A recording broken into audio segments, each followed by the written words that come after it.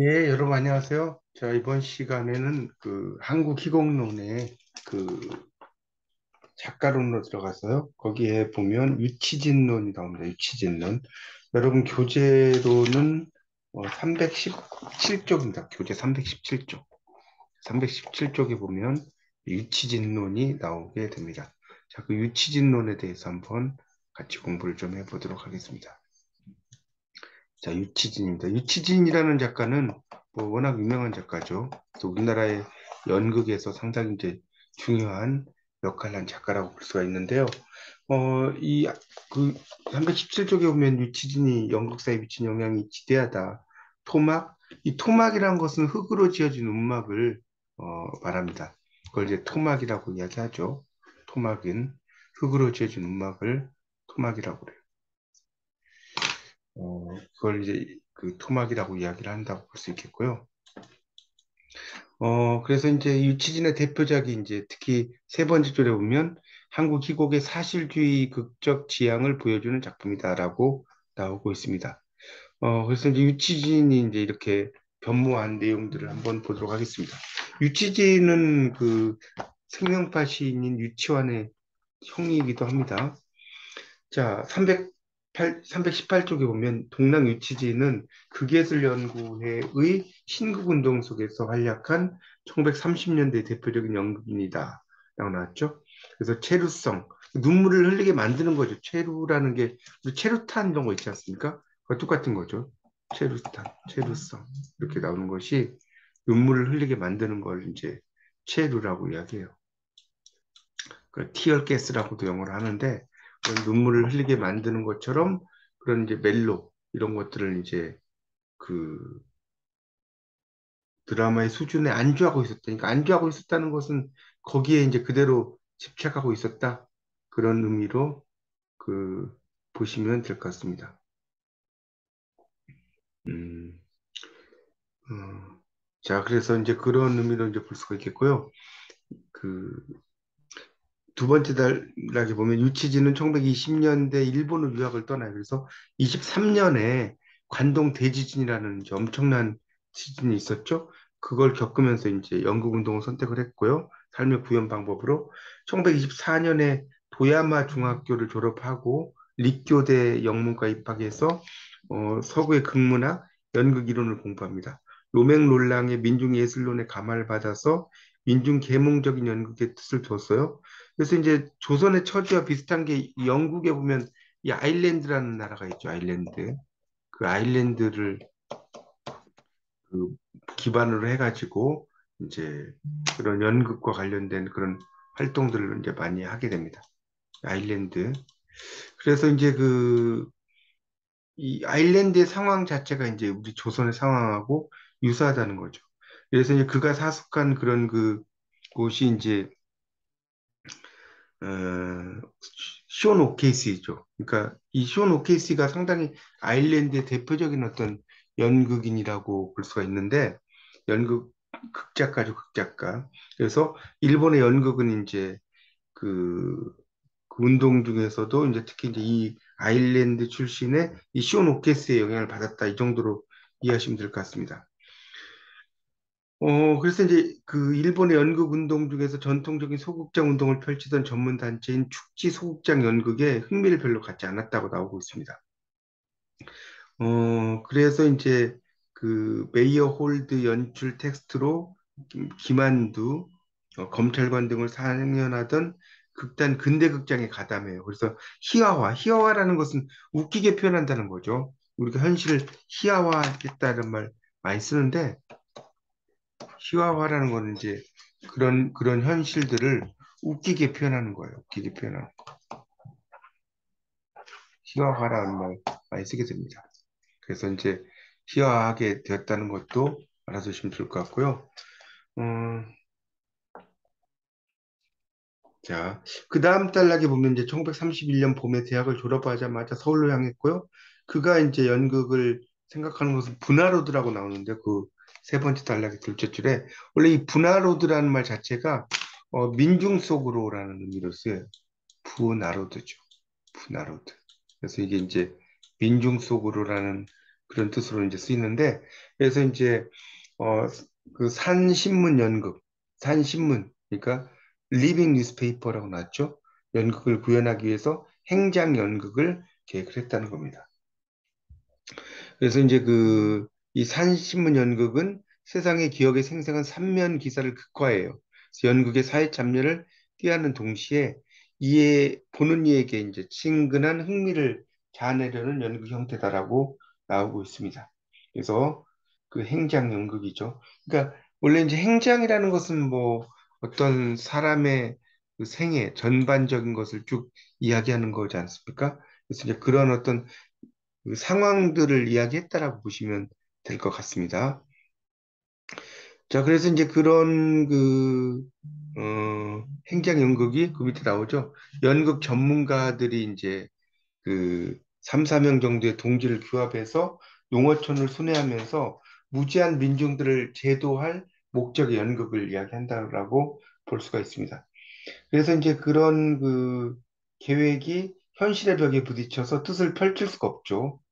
일제하기 때문에 그런 것을 하기가 쉽지가 않았다는 거죠. 그래서 이제 노선 변경을 많이 했는데, 자, 거기 319쪽을 보세요. 319쪽. 그래서 공리적이고 혁신적인 연극관을 유치진이 예술지상주의. 이 예술지상주의라는 게 아주 중요하죠. 예술이 최고라는 거죠. 예술지상주의라는 것은 예술이 최고다. 이런 약간 유미주의적인 어떤 관점하고도 비슷하다라고 볼 수가 있겠습니다. 그래서 그런 공연에 창립을 해가지고 이제 그 창립회원으로 가입을 하게 됩니다. 그래서 이제 유치진은 이제 그 창립회원 12명 중에 극연 활동에 가장 적극적으로 나서게 되고요. 그 극연에서 3회에 공연된 그 카이저의 작품 유아나의 연출을 맡으면서 또 사회에 공연된 이제 버나드 쇼라는 그 영국의 사회극의 대가죠. 이 버나드 쇼의 그런 뭡니까 작품에 이제서 또 주연도 맡으니까 그러니까 실제로 이 유치진은 극작가 활동도 하면서 그런 그 작품의 어떤 배우로서 활동도 했죠. 그런 작가라고 볼 수가 있겠습니다. 유치진 작가는 그 318쪽의 첫째 줄에 보면 1905년생인데 1974년, 그러니까 한국 나이로 하면 70세까지 사셨죠. 그래서 이제 그런 그 버나드 쇼에 관련된 것도 했고, 그래서 이제 토막 버드나무선 동리의 풍경, 동리라는 건 마을로 보시면 될 것 같습니다. 동리의 풍경, 또 소 등의 창작극을 발표하면서 이제 극연을 대표하는 극작가가 되었습니다. 적극적인 연극 활동을 펴기 위해서 유치진이 1934년 2월에 6개월 기한으로 이제 일본으로 건너갔다는 거죠. 도일이니까. 우리가 도미하면 미국으로 건너가는 것처럼.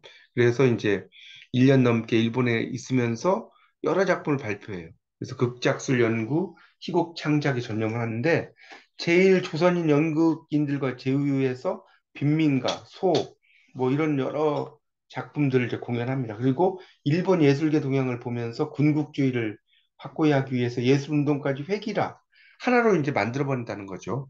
회기라라는 것은 그러한 이제 회기라 하려는 전략을 이제 감지해 버려요. 감지. 깨닫는다는 거죠. 그래서 이제 조선에서뿐 아니라 일본에서도 그런 사회주의 활동에 대한 제재가 많이 가해집니다. 자, 그래서 이제 그런 대극장 중심보다는 동작에 우위를 두는 연극의 입장을 정리했다고 나왔죠. 그래서 이제 1935년에 극 연출가인 이제 홍혜성이 개관한 동양극장의 연출가로 옮겨가요. 그래서 연출 활동을 많이 한 거죠. 종전의 극연 연극이 소인극. 여기 보면 소인극이란 건 이제 아주 그 작은 사람이라는 거죠. 소인극이니까 적은 사람들이 모이는. 그러니까 이 소인극이라는 건 결국 이제 아마추어 연극이다 이렇게 써놓으세요. 아마추어 연극이라고 볼 수가 있겠습니다. 그래서 이제 그런 수준에 머물러 있음을 반성을 해서 전문 극단으로서의 탈바꿈을 꾀합니다. 그리고 전문적인 배우들을 확보한 일이 시급하다고 판단해서 생활을 안정시키기 위해서 이제 1개월에 한 편의 공연을 합니다. 그래서 창작극 중심으로. 그리고 이제 그 밑에 보면 소극장 공연을 지향이라고 나왔죠. 그러니까 지향은 좀 안 한다는 소리예요. 지향과 지향의 차이점을 하답니다. 지향은 이쪽으로 향해 간다는 것이고 취향은 좀 자제한다 이렇게 이해하시면 될 것 같습니다. 그래서 동양극장이나 부민관과 같은 대극장 공연을 또 구성을 해서 일반 관객들의 취향을 이제 따르기 위해서 이제 낭만적인 작품 스타일을 이제 추구하고자 했다고 나옵니다. 자, 그렇게 보시고 그 318쪽에 아까 제가 좀 분화로드에 대해서 조금 더 설명을 좀 하겠습니다. 그 세 번째 단락에 두 번째 단락의 둘째 줄에 분화로드가 있는데 이게 이제 민중속으로라고 아까 말씀드렸죠. 분화로드. 여기서 이제 뭐냐면 이 나로드라는 말 자체가 러시아어로 이게 인민이라는 뜻이에요. 인민. 인민이나 또는 민중 또는 이제 대중 이런 뜻으로 쓰이게 되고요. 부라는 말 자체가 이게 뭐뭐 속으로라는 뜻이에요. 뭐뭐 속으로. 그러니까 민중 속으로라는 뜻이 분화로드가 된다라고 볼 수가 있겠습니다. 자, 그래서 이제 다시 320쪽을 보면 세 번째 줄로 가겠습니다. 320페이지의 세 번째 줄을 보면 그래서 이제 8회 공연 예정 작품이 소가 검열을 통과하지 못해요. 그리고 동경 학생 예술 자원들이 제작한 소 공연 팸플릿이 문제가 되어서 이제 유치진이 이제 종로 경찰서에 구속이 됩니다. 이 소라는 작품이 상당히 이제 일제 한가하는 뭐 이런 작품이라고 볼 수가 있겠습니다. 그래서 이제 뭐 8회 공연 예정 작품이었는데 그 한 차례 공연밖에 치를 수 없었다는 것이 나오고요. 일제 어떤 일제 탄압을 보여주는 대표적인 예라고 볼 수 있겠죠. 이제 검열하는 거죠. 이 검열에 대한 일제 탄압을 이제 보여주는 그런 이제 작품이 이 소라는 작품이라고 볼 수가 있겠습니다. 자, 그래서 이 소라는 작품이 이제 그런 내용이라는 거 알아두시고요. 그래서 이와 같은 상황에서 유치진은 이전의 현실 고발적인 작품 경향에서 벗어나서 가정 문제, 여성 문제를 다룬 뭐 제사, 자매, 춘향전 이런 것을 이제 가지고 이제 공연작으로 제공합니다. 그래서 톨스토이의 어둠의 힘 이걸 번안하고요. 그러니까 번안이라는 것은 우리 실정에 맞게 번역하는 걸 이제 번안이라고 해요. 번역은 있는 그대로 이야기하는 거고 예를 들면 뉴욕을 서울로 한다든가 뉴욕인데 서울 이렇게 이제 쓴다든가 또는 주인공의 이름이 뭐랄까요 찰스인데 찰스 뭐 이런 인물인데 우리말로 철수라고 한다든가 이런 것을 이제 번안이라고 이해하시면 될 것 같습니다. 자, 그래서 이제 부활을 또 편극하고 카투샤로 개작을 하고요. 개골산을 또 연재 발표도 또 하고 그랬습니다. 그래서 이제 많은 공연을 했다는 거죠. 특히 이제 그 밑에 단락의 첫째 줄에 춘향전 등의 대작과 미국의 상업적인 작품들을 극장에서 공연하면서 흥행에도 관심을 기울였다고 나오고 있습니다. 그래서 이제 유치진은 상당히 이제 탄압 속에서도 이제 열심히 작품 활동을 했죠. 그래서 이제 그러다가 그 밑으로 이제 가보면 그 320쪽입니다. 밑에서 넷째 줄 전문 극단 체제를 갖추고 의욕적인 활동을 모색하던 그런 극연이 1938년에 일제 명령에 따라서 직업 극단인 극연자로 이제 바뀌고요. 1년 만에 강제 해산이 돼요. 1년 만에 강제 해산이 되고 그러나 유치진은 이제 일제 도움으로 41년에 현대극장을 설립하면서 자신의 활동 무대를 빼앗아간 일제 협력을 해요. 그러니까 이제 약간의 친일을 했다는 것이 나오고 있죠. 그런 내용을 이야기하고 있습니다. 그렇게 이제 볼 수가 있다는 것이니까 그렇게 좀 정리를 하시면 되겠습니다. 자, 그런 의미로 이해를 좀 하시면 될 것 같고요. 자, 그 다음에 이제 오른쪽에 있는 321쪽을 보겠습니다. 암울한 농촌 현실과 사실주의라고 나오고 있는데 이 엄상섭의 이제 우리가 만세전 같은 경우도 원래는 이제 이게 묘지라는 작품을 썼는데 그게 이제 만세전으로 바뀌지 않습니까? 일자의 어떤 상황이 묘지다라고 했는데 이게 이제 너무 노골적으로 이제 드러낸다 해서 만세전 독립만세 이전을 만세전이라고 하지 않습니까? 그거와 똑같은 거죠. 그래서 이제 유치진의 첫 극작품인 토막은 이제 1931년 12월에서 32년 1월에 걸쳐서 문예월간에 이제 게재한 작품이고요. 1933년 2월 극연 제3의 공연작입니다. 특히 소극장에서 공연된 서구의 신극을 모방해서 공연하던 극연에서 처음으로 창작극을 공연하자 지식인들과 언론인들이 대단한 찬사를 보냈다라고 이야기하고 있죠. 그래서 이제 이 토막이라는 작품은 초기 사실주의적 경향의 맹아, 이 맹아라는 것은 두 번째 단락에 씨앗이라는 뜻이에요. 씨앗. 맹아가 뭔지 어려우시면 씨앗이라고 써놓으세요. 그것을 보여주는 작품이다. 그래서 일제하에서 고통받는 농민들의 참상을 드러내고 있죠. 이 토막이란 말 자체가 흙으로 된 움막이란 뜻이에요. 거기 그 321쪽에 보면 그림이 하나 나오죠. 사진이 흑토자하고 움막 막자가 보이지 않습니까? 간자. 그게 이제 흑토자고요. 막이 움막이란 뜻입니다. 그래서 이제 이 작품의 의도가 이제 어떤 조선의 침통함, 그러니까 모순으로 가득 찬 현실적 삶의 절실한 표현과 고발에 있죠. 그래서 이러한 경향이 이제 버드나무선 동리의 풍경, 서로 이어지는 그런 특성을 이제 보이고 있다라고 할 수가 있겠습니다. 그래서 이제 이와 같은 그의 경향이 당시 극연의 서구 추종적인 예술 지상주의 분위기와는 달랐다는 거죠. 어떤 유미주의적인 경향과는 좀 다르죠. 그래서 이제 동반자적 작가라고 이야기를 하기도 한다는 거죠. 그러니까 동반자적 작가라는 것은 카프에 이제 동조하면서 이제 약간의 가담을 하다가 나중에 이제 거기에서 그 함께 하지 않는 뭐 이런 작가를 동반자 작가라고 우리가 문학에서 많이 쓰는 말 아닙니까? 자, 그런 이야기를 하고 있습니다. 자, 그 다음 단락에 보면 외양간 같이 누추하고 음습한 토막집으로 설정된 이 토막의 배경에는 더 이상 몰락할 것도 없고 더 이상 지킬 것도 없는 농가가 나와요. 이 토막이 시커먼 천장, 벽, 어두컴컴한 토막 내부, 가족의 운명이죠. 이 막에서는 그런 상황마저 악화되죠. 그래서 이막의 시간적 배경이 밤이라는 것 자체가 암담한 현실 아닙니까? 김억의 봄문 간다에서도 보면 밤이 도다, 봄이 도다 이런 말 나오지 않습니까? 그게 이제 어떤 일제하의 어떤 상황 이런 것을 이야기한다고 볼 수 있어요.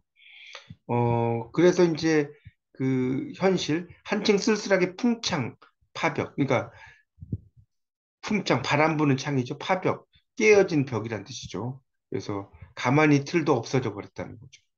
그래서 이와 같이 이제 그런 배경을 드러내고 있다는 거죠. 자, 넘어가서 322쪽으로 이제 넘어가면요. 이 토막에는 그런 힘께나 쓰는 젊은이들은 일자리를 찾아서 일본 둥지로 떠나요. 경선내와 같이 생활고로 고향을 등지거나 명선의 가족, 늙은 이와 병신만 남게 된 비참한 농촌의 실상이 잘 드러나 있습니다. 그리고 이제 명선의 그 유일한 희망인 결국 명수가 이제 여기 등장하죠. 토막에는 이 명수가 결국 이제 백골이 되어 가지고 돌아와요. 이 명수가 백골 되어서 돌아오는 그런 상황을 이야기한다는 거죠. 그래서 어, 그 322쪽을 다시 보면 이 작품은 이중적인 구성을 취하고 있으나 소 같은 작품에 비해 사건 진행이 논리적인 인과율을 따르지 못한다는. 그러니까 논리적인 인과율이라는 건 뭡니까? 원인과 결과, 이게 논리적으로 되어 있다는 거겠죠. 인과라는 말 자체가 원인과 결과 아닙니까? 이런 것을 잘 따르지 못한다는 소리죠. 그래서 이제 평면적인 나열로 처리된 듯하고요. 이 토막에는 이 작품을 비극으로 이끈 요인에 대한 해명이 선명하지 않다고 이제 나오고 있습니다. 그런 것들이 이제 정확하게 나와 있지 않은 것이 이제 이야기가 되겠고요. 그래서 이제 경선의 재산을 집행해 가고 명수의 해방 운동을 저지한 일제가 식민지 조선의 비극을 불러일으킨 장본인임을 묵시적, 그러니까 이 묵시적이라는 것은 이제 암묵적이라는 말과도 똑같죠. 암묵적으로 전달했다. 묵시적이란 말 자체가 암묵적이다라는 말과 같은 말입니다. 그렇게 이제 이해하시면 될 것 같고요. 그래서 이제 이 토막에 이 등장하는 인물에 놓고 밑에 단락 보세요. 현실에 이제 불의한 현실에 맞서 싸울 적극적인 인물이 없어요. 그게 진행된 동안에 민족을 위해 해방운동을 한다는 명수가 일제 감옥에 갇혀요. 명수는 실질적으로 등장하지도 않죠. 또 젊은 삼조는 일본에 노동하러 떠나고요. 경선은 고향을 등지고 말죠. 자신의 목숨을 지켜낼 줄 알았던 명수는 그 명수란 말 자체가 이게 재밌는 게 에펠레이션이죠. 목숨 명자에다가 지킬 숫자예요. 그러니까 원래대로 하면 목숨을 지켜야 되니까 오래 살아야 되는데 이게 이제 반대적인 의미로 쓰이는 거죠. 우리가 김동인의 감자에 나오는 복녀에 보면 복이 많은 여자이지만 실질적으로는 복이 없는 여자잖아요. 그것처럼 이제 이 에펠레이션 이름 붙이기는 반대 의미로도 쓸 수가 있다는 거죠. 그래서 악랄한 일제 세력에 무기력하게 희생되고 말죠. 나중에 이제 백골로 오게 되는 것이고 밝고 상서로운 세상을 살아야 할 명서죠. 이 밝을 명자에 상서로울 서자거든요. 이름과 반대적인 상황이죠. 그러니까 아이러니가 반어라는 뜻 아닙니까? 이제 이런 것을 이야기한다는 거죠.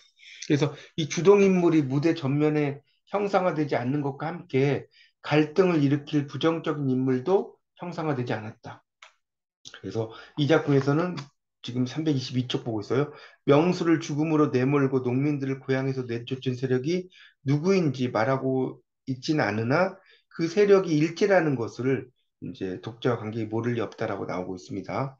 그래서 이제 그다음에 일제 하수인인 등장은 동장은 경선이 집행당한 것이 당연하다. 명수의 해방 운동을 혹세무민하던 그 태을교와 같다라고 거짓말 일삼는 부정적 인물이라고 나오고 있습니다. 이 작품은 이제 그런 어떤 등장인물 사이의 대립이나 갈등 이런 게 잘 그려져 있지는 않습니다. 그래서 그렇게 읽어보면, 이 작품을 읽어보면 그렇게 막 내용 자체가 흥미진진하거나 이렇진 않아요. 약간의, 저도 이제 이 토막이라는 연극을 봤는데, 어, 내용 자체가 좀 밋밋하긴 합니다. 자, 그 다음에 이제 323쪽의 두 번째 단락. 이와 같이 비참한 농촌 현실을 고발하고 상실의 슬픔을 객관화하려는 경향은 버드나무선 독리의 풍경에서 드러나죠. 그러니까 차이가 있다면 토막에서는 명선의 비극, 경선의 비극 사건의 유기적, 그러니까 유기적이라는 것은 긴밀하게 연결됐다는 거예요. 유기적이란 말 동그라미 쳐놓으세요. 323페이지 두 번째 단락 셋째 줄. 영어로는 이제 올게닉이란 말 써요. 올게닉. 이 올게닉이라는 게 이제 긴밀하게 연결됐다는 뜻인데 이 연관관계가 부족한 데 반해서 버스나무선 독리의 풍경에서는 이제 두 사건 덕조의 실종, 개순이의 팔려감이 유기적으로 연결됐다는 점에서 좀 더 진일보했다라고 볼 수가 있다는 겁니다. 자, 그 다음에가 이제 소가 나오죠. 이 소라는 작품이 이제 유치진의, 물론 이제 토막이 중요하기도 하지만 어떻게 보면 유치진을 대표하는 작품이 소라고 이해하시면 될 것 같습니다. 그래서 소에 대한 이야기가 상당히 길게 나와요. 자, 소는 그 323페이지 세 번째 단락이 나오는데 유치진의 초기 대표작 중에 하나고요. 근대 희곡문학사에서 분수령을 이룬다라고 나오죠. 거기다 밑줄 좀 쳐놓으세요. 소부터. 그래서 소가 이제 20회에 걸쳐서 연재되고요. 6월 4일 동경 학생 예술자의 창립 공연으로 무대에 올라갑니다. 그래, 그런 거. 그래서 이제 소를 8회 공연으로 선정을 했는데 일제 압력으로 공연이 안 돼요. 그리고 이제 보면 어 종로 경찰서에 또 구속돼 3개월간 옥고를 치렀다고 나오죠. 그 후에 이제 사흘간 부민관에서 이제 유치진의 연출로 공연됐지만 풍령기로 바꿔요. 지주와의 대립을 마름과의 대립으로 바꾸는 등 검열에 맞게 손질합니다. 그러니까 지주는 좀 더 큰 소유자를 말하는 것이고 마름은 이제 그 큰 소유자보다는 그 밑에 있는 중간적인 그 소유자 정도로 이해하시면 될 것 같습니다. 그래서 이 작품이 그의 초기 수작이라고 평가받을 수 있다. 이 수작이라는 것은 빼어난 작품이라는 뜻이에요. 이 한자로 쓰면 빼어날 숫자죠. 빼어날 숫자 이렇게 쓰는 이 빼어날 숫자에 지을 작자를 씁니다. 그래서 이 수작이라는 의미죠. 그래서 어, 농촌 사회의 비참한 현실 문제를 여전히 지적해낸 점과 어느 작품보다 월등히 뛰어난 구성력이 있다는 것을 알 수가 있고요.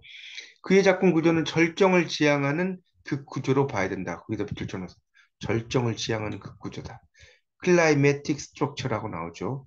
그런 것. 그래서 이제 전통적인 극 구성인 발단, 상승, 반전, 하강, 절정 이렇게 이룬다고 볼 수 있습니다. 자, 1막은 3년 만에 태풍을 맞은 시골 농가를 배경으로 시작이 돼요. 그래서 풍년을 맞은 즐거움의 농부들은 바쁘게 이제 타작에 열중을 하죠. 근데 국선의 두 아들은 모두 다른, 넘겨보세요. 그런 그 꿍꿍이가 있어요. 집안일을 거들지 않죠. 귀찬이 아버지가 등장해서 밀린 도지를 갚기 위해 딸 귀찬이네를 귀찬이를 읍내에 나카무라 상에게 팔기로 했다는 사실이 알려져요. 그래서 귀찬이 부가 딸을 파는 부도덕한 행위를 뻥 잃고 매 잃고 논 떼이고 자식 굶지 않기 위한 방편이라고 변명하니까 딸을 잘 가져서 보퉁이 신세를 면하게 됐다 하면서 부러워합니다. 국서처가. 춘향이 어미처럼 아들 낳기를 바라지 말고 딸 낳기를 바라야 할 판이라는 그런 역설적인 대사를 통해서 경제난을 이제 이야기를 한다라고 볼 수가 있겠죠. 자, 귀찬이를 팔아서 빚을 갚겠다는 그런 그 정보로 마련된 극적 발달, 유각으로 이제 일종의 기생집이죠. 팔려갔다가 몸과 마음을 더럽히고 돌아온 유자나무 집 셋째 딸의 존재를 통해서 비극적인 종말을 암시한다. 라고 나오고 있죠. 또 작은 아들 개똥이는 소 대신에 트럭과 기계 방화가 필요한 농촌의 어떤 변화 양상을 역설하면서 소를 팔아 만주로 갈 노자를 마련해달라고 조르죠, 어머니를. 그러나 큰아들 말똥이는 개똥이가 만주를 꿈꾸고 있는 것에 대해서 비판을 가하죠. 개똥이와 다투느라 아버지 국서에게 잡힌 말똥이는 혼인을 약속한 귀찬이가 일본에게 팔려가게 된 사실을 이런 것 때문에 이제 심술을 부려요. 이런 게 밝혀집니다. 그래서 이제 귀찬이네 빚은 이제 한평생 그 머리약을 써도 못 만들어낼 돈이다라고 이제 나무라게 되는 거죠. 자, 2막에서는 그 밑에 나오죠. 1막과는 다른 분위기. 이제 국서가 풍년이 들어도 죽을 지경인 처지를 말하죠. 마름과 샘을 치르고 있다. 그리고 문지는 국서처로부터 지난 일의 경과를 묻고요. 또 국서처는 귀찬이를 산 일본인에게 양해를 얻은 일, 말동이가 일하게 된 경과를 늘어놓으면서 순조롭게 풀릴 것처럼 말해요. 그러니까 좋은 놈의 세상이다. 돈만 있으면 못하는 게 없다. 그러니까 이게 이제 결국은 약간 뭡니까? 비판적인 이야기죠. 그러니까 이제 돈만 있으면 다 된다. 뭐 영어로는 이제 money talks everything이라고 하죠. 돈은 모든 걸 말한다. 그래서 이 돈이 말하는 거죠. everything. 그러니까 이게 이제 그걸 뭡니까? 돈만 있으면 다 된다는 뜻이에요. one talks everything이라는 말 자체가 돈만 있으면 다 된다. 그렇게 이제 볼 수 있죠. 그래서 이제 그 복선이 이제 내포됐다는 거죠. 앞으로 일들이. 그러니까 복선이라는 것은 이제 미래에 일어날 일을 미리 이야기하는 거죠. 우리가 그 황순원의 소나기에 보면 그 서울에서 온 소녀가 난 보라색이 좋아라는 것이 결국 죽음을 암시하는 것처럼 그래서 이제 그 밑에 단락에 이제 국선에는 지주에게 밀린 토지를 다 갖고 나면 쌀 한 톨 남지 않게 된다는 사실이 알려지고요. 또 개똥이는 갯값 정도에라도 소를 팔아서 만주로 떠나려 하고 말똥이는 마름에게 대들었다가 오히려 큰 화를 자초하게 됩니다. 사건은 이제 복잡하게 얽혀가죠. 마름은 기둥이라도 빼가고 소지라도 떼어갈 테니 소는 못 몰고 갈 줄 알라고 하면서 결국 소가 이제 마지막 자존심으로 이제 이야기를 한다라고 볼 수가 있겠죠. 그래서 이제 그러면서 이제 여러 인물이 등장과 퇴장을 하는 거죠. 자, 325쪽 보세요. 자, 이 소라는 작품이 상당히 내용이 보시면 아시다시피 상당히 길어요. 그리고 그 330쪽까지 무려 소개된 이야기가 나오고 있습니다. 그래서 325쪽에 이제 그 둘째 줄에 보면 이 말똥이는 소 때문에 기차냐 혼인할 수 있게 되어 앞날에 대한 희망이 비풀어 있었는데 예상외로 이제 국지는 소를 팔자고 제안합니다. 국서는 소는 농가의 명줄이다. 소 팔아 잘 되는 놈 없다. 반대하죠. 그 우리 농촌에서도 보면 이 소가 결국은 뭐랄까요? 자존심이라는 걸 상징을 하지 않습니까? 옛날에 소를 키워서 뭐 자식들 대학도 보내고 공부도 시키고 막 그랬지 않습니까? 그래서 이제 그 소를 지주에게 뺏길 거라면서 팔아야 된다라고 주장을 하죠. 이때 소장수 B는 자 325쪽 세 번째 단락입니다. 이 집소가 팔렸다는 소문을 전해지면서 그건 반전을 맞게 되고요. 마름의 소행이다 주장하나 말똥이는 수상쩍은 행동을 한 개똥이를 의심하고 쫓아다니죠. 말똥이의 낫에 찔려 부상을 입은 개똥이는 소를 팔려고 했으나 팔지 못했다. 그 대신에 만주로 갈 노동자 모집에 응하러 순검청에 들렀다. 마름은 개똥이가 소를 흥정한다는 소문을 듣고 이제 밀린 도지 대신 소를 가져가겠다고 찾아와요. 소는 결국 마름에게 끌려갑니다. 상당히 비참한 현실을 이야기하죠. 자, 3막이 시작이 되면 이제 이게 3막으로 돼 있다고 그랬죠. 문진이 그동안의 소식을 묻고 소를 빼앗긴 통에 국선은 이제 합병이 도져요. 말동이는 다 된 혼인이 깨진 분풀이로 이제 마름집에 불을 놓으려고 했고요. 개똥이는 이제 뭐 속을 앓고 있고 귀찬이는 일본에게 팔려가고 말았다는 사실이 전해집니다. 또 국선에는 소를 찾기에 소송을 준비하면서 법에 기대를 걸고 있고요. 이렇게 상당히 복잡한 내용들이 많이 들어가고 있죠. 자, 그 다음에 이제 그 다음 단락에 동네 사람 우사미는 귀찬이 부를 데리고 나와서 귀찬이는 높은 집에서 하이카라. 그러니까 이제 일종의 하이카라라는 것은 뭡니까? 이제 펜을 굴리면서 일하는 직업을 이제 하이칼라라고 그래요, 칼라. 원래 이제 칼라라는 것이 깃을 이야기하는 거예요, 깃. 깃이란 말 들어보셨죠? 이제 그게 이제 하이칼라죠. 이 하이칼라라고 할 때, 뭐 참고로 이 칼라가 아닙니다. 이 색깔이라는 의미가 아니에요. 이 깃이라는 그 목에 있는 그것을 하이칼라라고 하죠. 하여튼 그래서 이제 그 상을 양품에 끼고 잘 지낼 거야. 조수 섞인 말을 던지죠. 귀차니의 사건이 비극적으로 끝나게 된 사실이 알려진 후에 소에 대한 궁금증을 국진이 등장하여 풀어주고 재판에 이긴다고 해도 재판 비용이 속값에 맞먹는다. 그리고 그렇게 되면 내년부터 논을 떼어 농사도 못 지게 된다. 그래서 속값으로 도리를 탕감하고 내년에도 돈을 붙이기로 했다고 전하죠. 소는 지주의 손에 넘어가고요. 말동이는 지주지 곳간에 불을 지르고 순사에게 잡혀갔다는 사실 전해지면서 파극을 받게 되고요. 절망적인 상황에서 걸어서라도 만주에 가겠다는 의지를 보이면서 이제 막이 내려집니다. 상당히 비참한 현실을 이야기하는 거죠. 그러니까 이 산에서 이 작품을 보면 구성이 치밀하지도 못하고 산만하다. 또 그에 따라 갈등의 치열함이 부족하다. 어, 이런 것도 이야기하고요. 그러니까 사실주의적인 그 농촌 현실 사실주의적으로 묘사했으니까 시하지만 구성법이 특이하다. 유치진은 토막에서처럼 소에서도 조선 농촌을 헐벗게 만든 일제를 전면에 내세우지 않죠. 이거는 이제 왜 그러겠어요? 검열을 이제 회피하기 위해서 그런 거죠.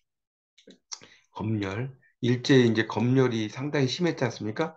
이런 검열을 회피하기 위해서 이제 그런 것을 이야기했다라고 봐도 될 것 같습니다. 그리고 이제 이 작품은 구심적인 게 아니라 원심적이라는 거예요. 그러니까 이거는 좀 설명을 좀 드리면 이 구심이라는 것은 하나의 중심을 향해서 이제 뭔가가 이렇게 들어가는 거죠. 이렇게. 구심점이다. 이게 이제 구심이고요. 원심이란 건 이게 원자가 뭐런자 아닙니까? 이렇게 동그라미가 있으면 이렇게 바깥으로 가는 거예요. 바깥으로. 원심력이라는 것.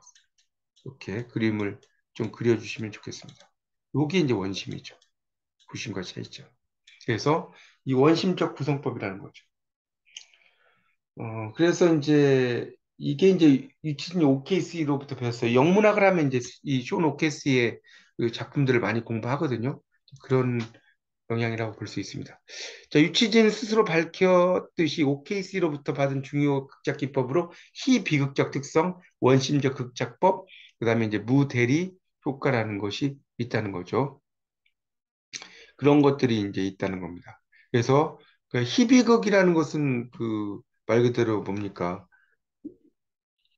좋은 일과 그다음에 슬픈 일 이런 것이 이제 그 가치 있는 것을 이제 희비극이라고 이야기를 할 수가 있는 것이고요. 우리가 뭡니까?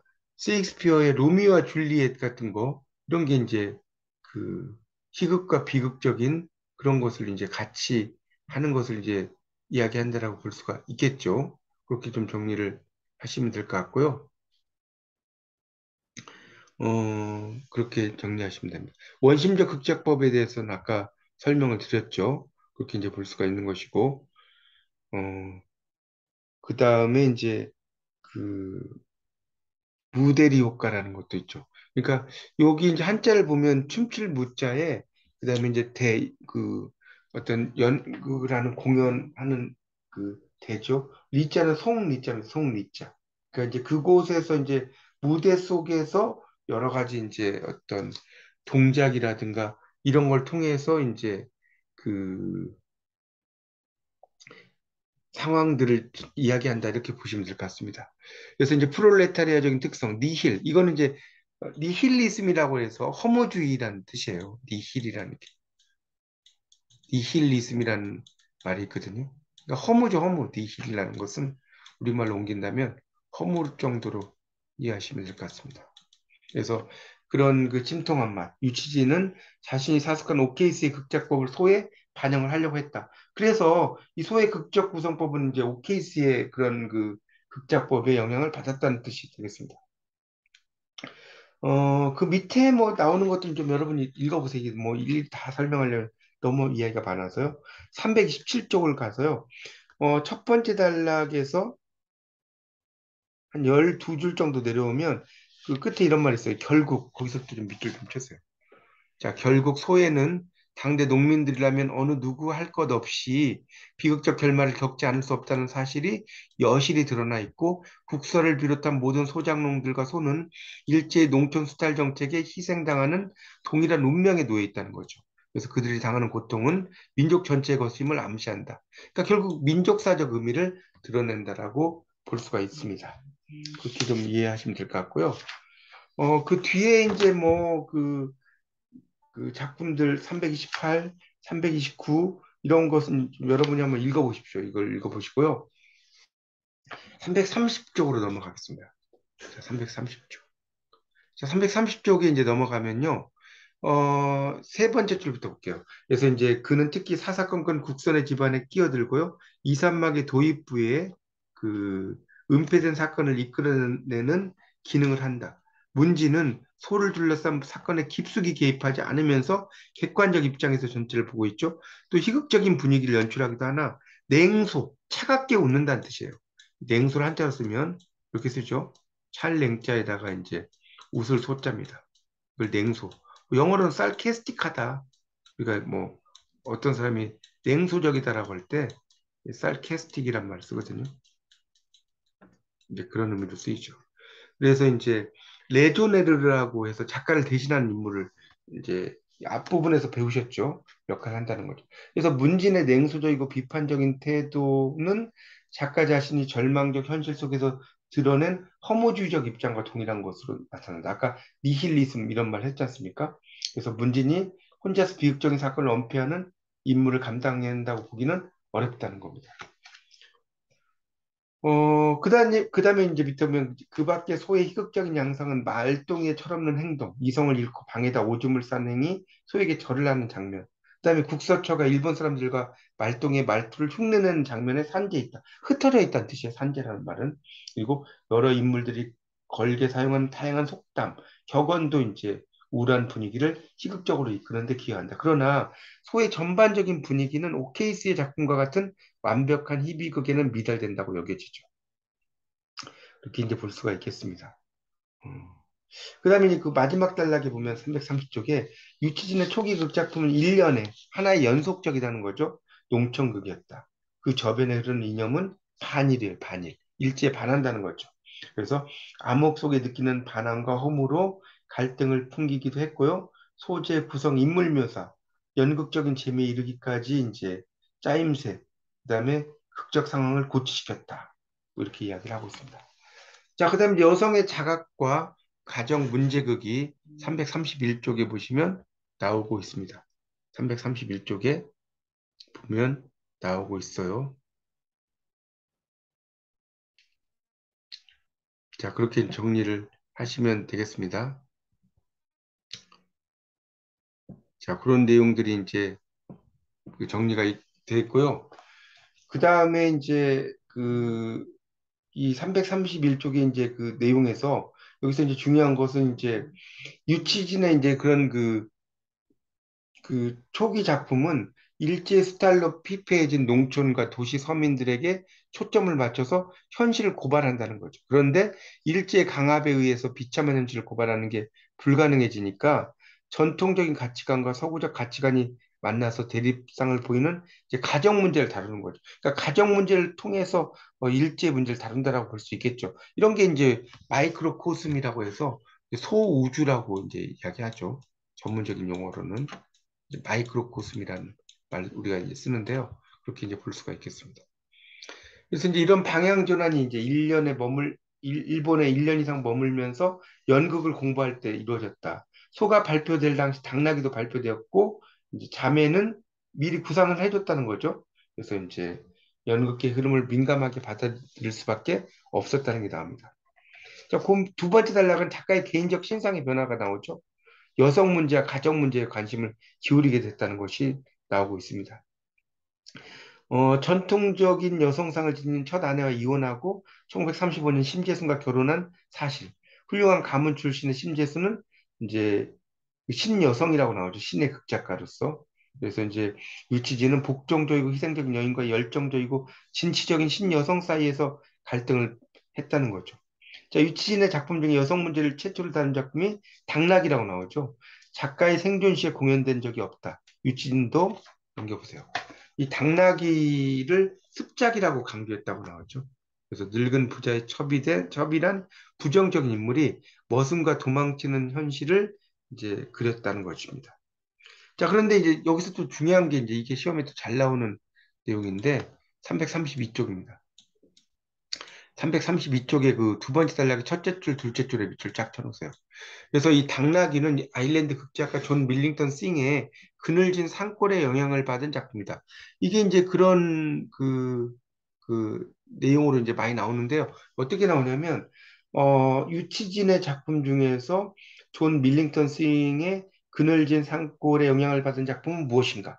1, 2, 3, 4, 뭐, 토막, 뭐, 그다음에 소, 그다음에 그 그런 작품이라든가 여러 작품들 써놓고 골라라 이런 게 나와요. 당락입니다. 자, 그늘진 산골은 늙은 목자가 죽은 척하면서 바람난 젊은 아내를 시험해보는 구성의 소품이다. 배경과 인물 설정 등에서 당나귀와 유사하다. 당나귀도 언뜻 보기에는 몰락한 병든 노인과 젊은 척 동네 머슴 사이의 삼각관계를 그린 치정극으로 보인다. 그러나 그늘진 산골과는 달리 낡은 세대의 몰락을 철저하게 그리고요. 젊은 세대가 암담한 현실로부터 탈출하기까지 고뇌와 탈출 위의 삶에 대한 기대감이 교차돼요. 그래서 이 그늘진 산골보다는 단순하지만 구성이 새로운 의미를 부여했다는 거죠. 똑같으면 이제 이게 표절이 되니까 좀 더 다른 내용들을 많이 추가를 했다라고 이해하시면 될 것 같습니다. 또 추함이 첩과 대립하면서 갈등이 표면화되고 첩의 내면적 갈등도 드러나고 있다는 겁니다. 뭐 여러 가지 내용들이 나와 있어요. 한번 읽어보시고요. 333쪽에 두 번째 단락에 보시면 봉건적인 가치관이 지배하는 가정 내에서 여성이 당하는 질곡을 작품화했어요. 이게 제사라는 작품입니다. 자, 거기 333쪽 두 번째 단락에 넷째 줄까지 밑줄 쫙 쳐놓으세요. 자, 그래서 이제 그런 그 제사는 극연 8회 공연작이고요. 1935년 11월 19일에서 20일에 부민관에서 공연됩니다. 그래서 일본인 기쿠치 간의 아버지 돌아오다. 이렇게 나오죠. 이 돌아오다가 이제 일본어로 그 뭡니까? 카에루죠, 카에루. 돌아온다는 게. 이런 것을 이제 일본의 영향을 받은 거죠. 그래서 이 공통점은 부모 중 한 사람이 애인과 가출함으로써 남은 가족들이 고통을 겪어왔다. 또 가출한 인물은 죽었다고 추정됐지만 추잡한 모습으로 20년 만에 돌아오고 가족의 일부는 그를 받아들이지 않는다는 점이 상당히 유사하다는 겁니다. 그래서 이제 고부간의 갈등을 소재로 삼았다는 거. 그러니까 시어머니와 며느리의 갈등이죠. 경제적인 문제보다는 봉건적인 윤리 문제를 다루고 있다라는 겁니다. 그다음에 이제 그 밑에 단락에 보면 제사에서 진행되는 행위의 원인은 과거에 속해 있고 제사라는 유도 동기 기법을 통해서 현재의 의문을 풀어가는 구성을 갖추고 있다는 것이 나오고 있어요. 그러니까 이게 이제 분석극이죠. 분석극은 앞에서 여러분 이제 공부를 하셨죠. 이 사건에 유발된 내용의 원인이 무엇인지를 찾아가는 거죠. 분석한다는 거죠. 그걸 이제 분석극이라고 이야기를 합니다. 그래서 이제 그런 어떤 그 구성법을 취하고 있다라고 그 세 번째 단락의 셋째 줄 나오고 있습니다. 뭐 그런 내용들은 여러분 이제 쭉 읽어보세요. 이게 뭐 상당히 길게 나와가지고 뭐 다 제가 일일이 설명을 할 수는 없고요. 자, 334쪽을 보세요. 334쪽에 네 번째 단락을 보겠습니다. 세 번째 단락. 신구 가치관이 돈을 매개로 해서 벌이는 첨예한 대립과 갈등을 그린 작품이 자매가 있어요. 자매. 그래서 극연 10일의 공연작인 자매는 1936년 5월 말에 부민관에서 공연된 후에 또 이제 조강에 발표된다고 나오고 있습니다. 그래서 이 작품에서 작가 유치진은 연출과 연기도 했어요. 노숙한 연기가 돋보인다는 평도 받고 있습니다. 유치진은 이렇게 연극도 출연도 하고요. 연극을 만들기도 하고 연출도 하고 뭐 여러 역할을 했다라고 볼 수가 있겠습니다. 그래서 이제 자매는 어머니 조 씨의 마지막 대사 한 년은 공부를 해서 병신 또 한 년은 공부를 못해 병신처럼 두 딸의 혼인 문제와 교육 문제를 얽힌 가정사를 다룬 작품이라고 나오고 있습니다. 그런 내용으로 이제 정리를 할 수가 있겠죠. 그래서 이제 쭉 자매에 대한 이야기는 여러분이 한번 읽어보시고요. 거기 이제 335쪽이 마지막 단락을 좀 볼게요. 그래서 이 자매에는 부정적 인물, 강주사에 맞설 만한 능력을 지닌 인물이 없다. 김원호는 봉건적 의식에 사로잡혀 있고 검은고를 타고 유를 지으며 양반의 품위를 지키기 위해서 애쓰는 인물이다. 새로운 시대 환경에 적응하지 못한 그는 이전의 주종 관계만을 생각하며 강주사를 꾸짖을 수 있으나 그를 감당해낼 힘은 없다라고 나오고 있습니다. 자, 그 다음에 336쪽을 보시면요. 현실 도피와 역사극입니다. 자, 유치진이 일본에서 이제 연출 수업을 받고 돌아와서 이제 극연의 연출을 전담하시다시피 하죠. 이제 활동 2기를 맡게 되고, 그러니까 극작가이기도 하면서, 극을 쓰기도 하면서, 연출가이기도 하면서, 또 연기자도 했다는 거죠. 예. 그래서 이제 대중으로 멀어졌다는 거예요. 초창기 활동이. 그런 것을 평가를 해서 이제 다가가기 위해서 이렇게 했다는 거죠. 그래서 이제 약간 역사적인 내용을 눈을 돌리게 되죠. 춘향전이나 개골산 같은 이런 작품. 개골산은 금강산의 이제 다른 명칭이 개골산이죠. 그런 작품들이 다 이제 약간 이제 정치적인 것과는 좀 거리가 먼 그런 작품들이 있는 거죠. 그래서 유치진이 현실적인 소재를 멀리하면서 역사 문제로 눈을 돌리게 됐죠. 그래서 337쪽 보시면 이제 그런 소로 인한 구속 때문에 그런 거죠. 그래서 유치진의 사상적 경향이 불온하다. 그래서 이제 공연을 못하게 하는 거죠. 그래서 이제 역사 쪽으로 눈을 돌렸다 이렇게 이해하시면 될 것 같습니다. 그러니까 이것은 유치진이라는 작가뿐만 아니라 거의 대부분의 작가들이 나중에는 역사 쪽으로 눈을 돌리는 경우가 많아요. 이광수도 그렇고 김동인도 그렇고 많이 그렇죠.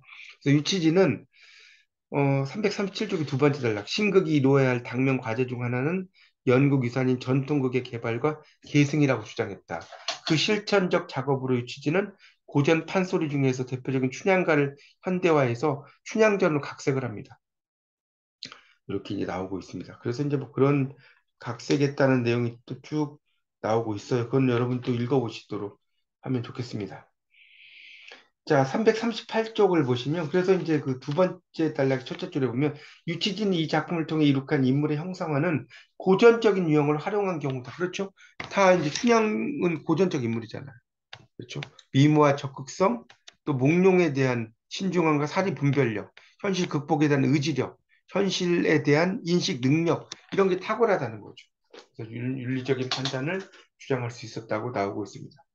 근데 이제 몽룡의 성격이 좀 다르다고 338쪽에 보시면 나오죠. 1, 2막에서는 소극적이죠. 처음에는 소극적이에요. 또 나약해요. 소극적인 게 나약한 거죠. 그런 이제 몽룡이 확신 있는 결정을 못 내려요. 그러니까 이게 이제 햄릿처럼 우유부단하다는 거죠.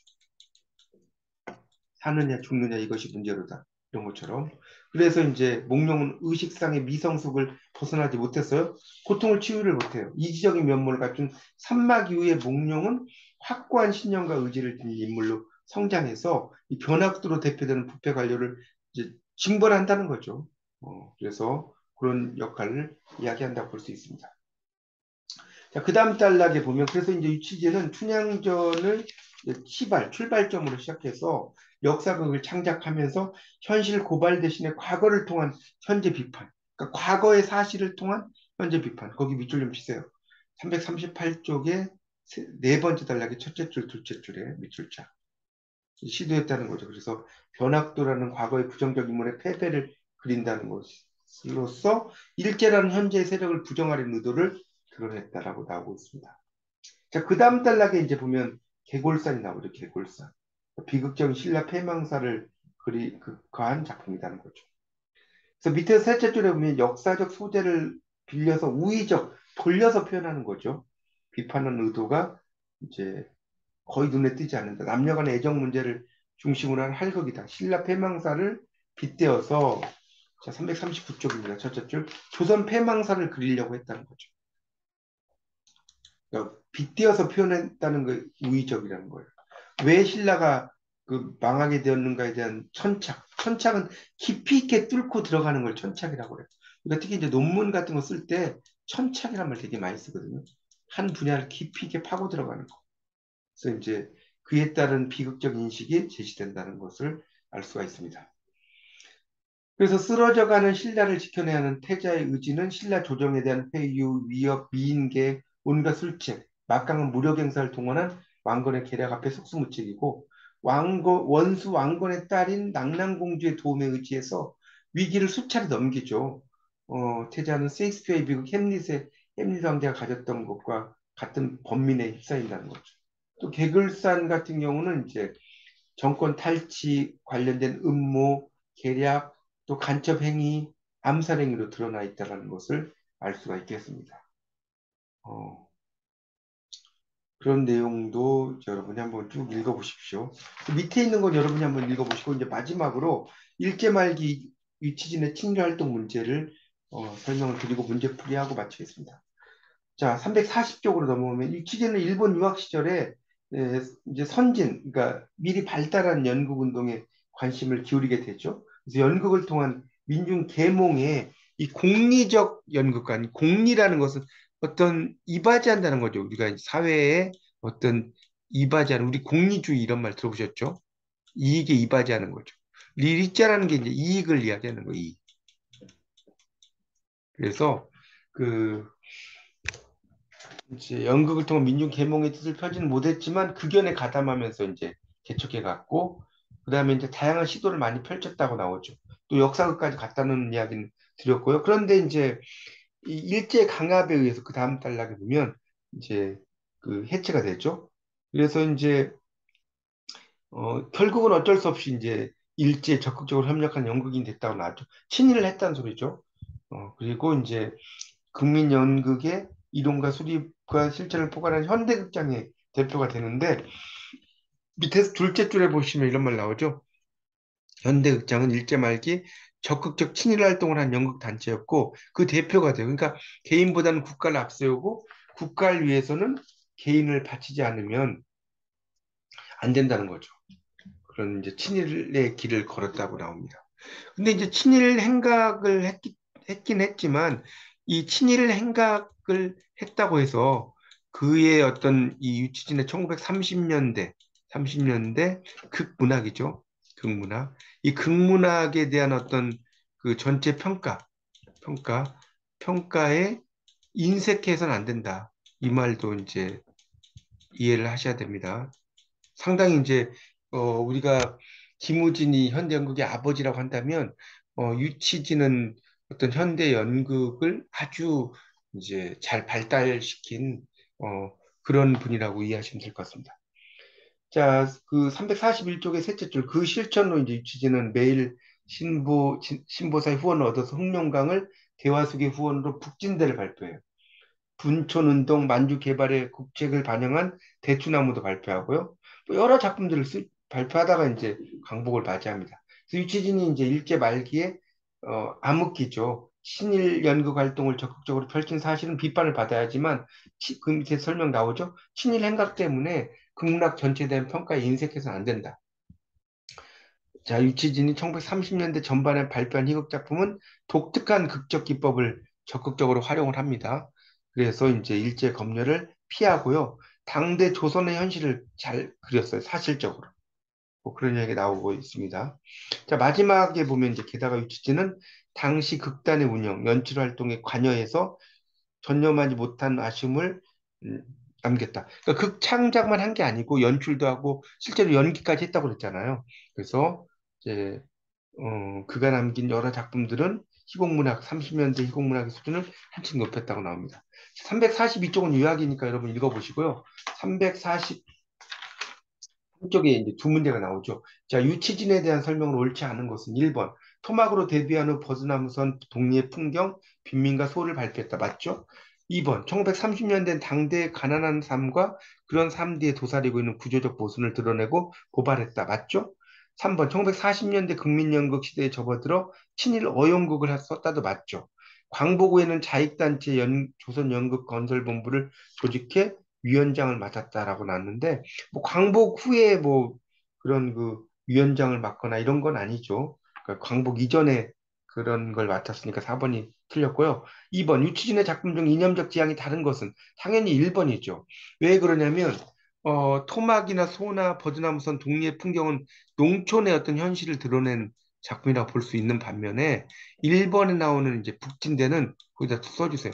친일 어용극이라고 할 수 있어요. 친일 어용극. 친일 어용극이니까 당연히 1번은 나머지 세 작품과 어, 관련성이 없다라고 볼 수가 있겠습니다. 자, 이렇게 해서 자, 이번 시간에는 유치진에 대한 어, 그 여러 가지 작품들에 대한 설명, 생애에 대한 설명을 마쳤습니다. 자, 여러분 다시 한번 잘 복습을 하셔서 여러분의 지식으로 만드시기 바랍니다. 감사합니다.